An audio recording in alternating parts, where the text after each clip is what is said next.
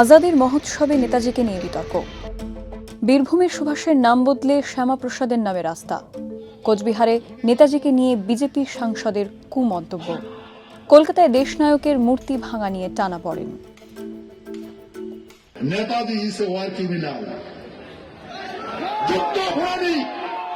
কোচবিহারের রাজবংশ সমাজের নেতা মহারাজ অনন্তের কথায় শোরগোল, শুরু রাজনীতি।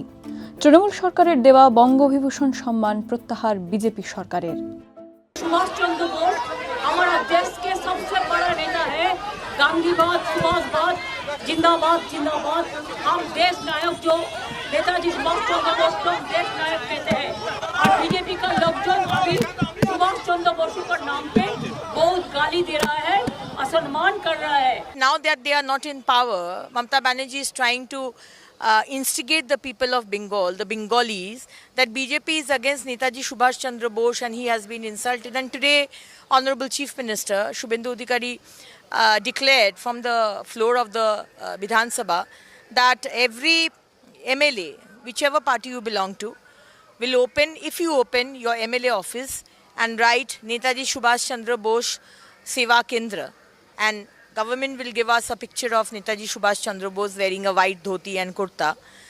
If you put in that, that picture of Netaji, you will get 30,000 allowance, help from the government.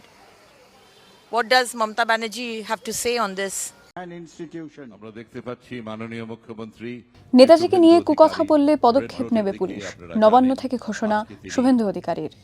পশ্চিমবঙ্গের মাটিতে দাঁড়িয়ে পূজ্যপাত প্রাতঃস্মরণীয় দেশপ্রেমিক, যিনি স্বাধীনতা পাইয়ে দিয়েছেন, সেই নেতাজি সুভাষচন্দ্র বসু সম্পর্কে যারা যেখানে অপমানজনক,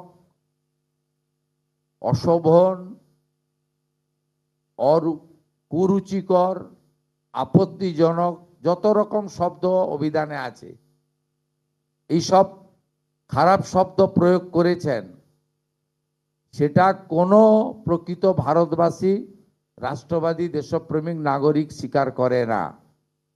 আমরা পশ্চিমবঙ্গের মাটিতে এটা করতে দেব না। নেতাজি সম্পর্কে কুমন্তব্যে ক্ষমা চেয়েছেন অনন্ত মহারাজ, শাস্তি চাইছেন বামেরা।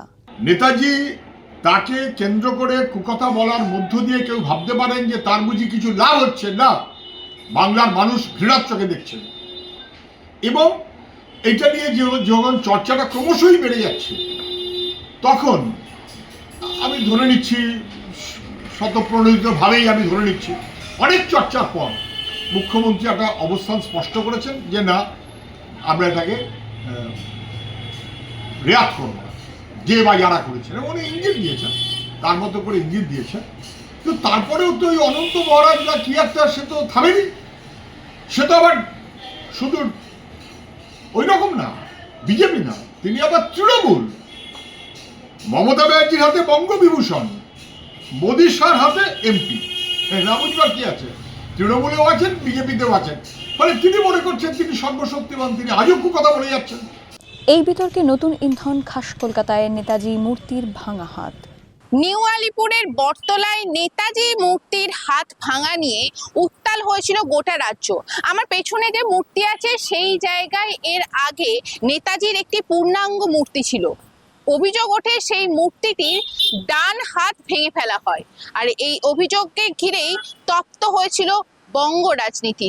2-3 দিন আগেই তো ওটা ভাঙা হয়েছিল, মানে ভেঙে গেছিল। কে রাত্রিবেলা কেউ ভেঙে দিয়েছিল বলে, তারপরে ওইটা সকালবার দেখা হলো, তো এসে বলা হলো, বলার পর ওই এসে মূর্তিটা চেঞ্জ করেছে।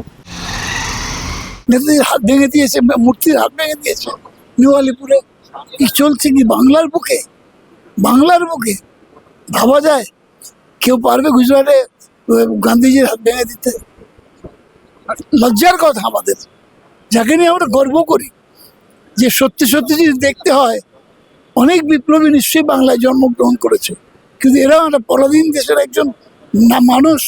সে চলে গেল বাড়ি থেকে পালিয়ে সে ইউরোপে গিয়ে হিটলারের সঙ্গে দেখা করলো। কি না করেছে, যেখান থেকে এসে ডুবজাহাজে করে জাপান গেছে। এই লোকটা ভারতবর্ষের স্বাধীনতার জন্য তার লড়াই, তার সংগ্রাম, তার তার যে সৈন্য সামন্ত তৈরি করছিলেন, সেখানেও তিনি ভারতবর্ষের যে বাণী, অর্থাৎ সব ধর্মের মানুষ এখানে একসঙ্গে থাকবে, তারও প্রতিফলন করেছিলেন। তাকে তোমরা এইভাবে অপমান করছো, অসম্মান করছো, বাংলার মানুষ এটা মেনে নেবে না, এর যোগ্য জবাব দেবে। সামগ্রিক পরিস্থিতিতে এই যে নেতাজিকে নিয়ে বিতর্ক, তারপরেই প্রশ্ন ওঠে, সত্যি কি এই বিতর্কের প্রয়োজন ছিল? সত্যি কি নেতাজি প্রশ্নাতীত নন? স্বাধীনতার প্রায় 80 বছর পরেও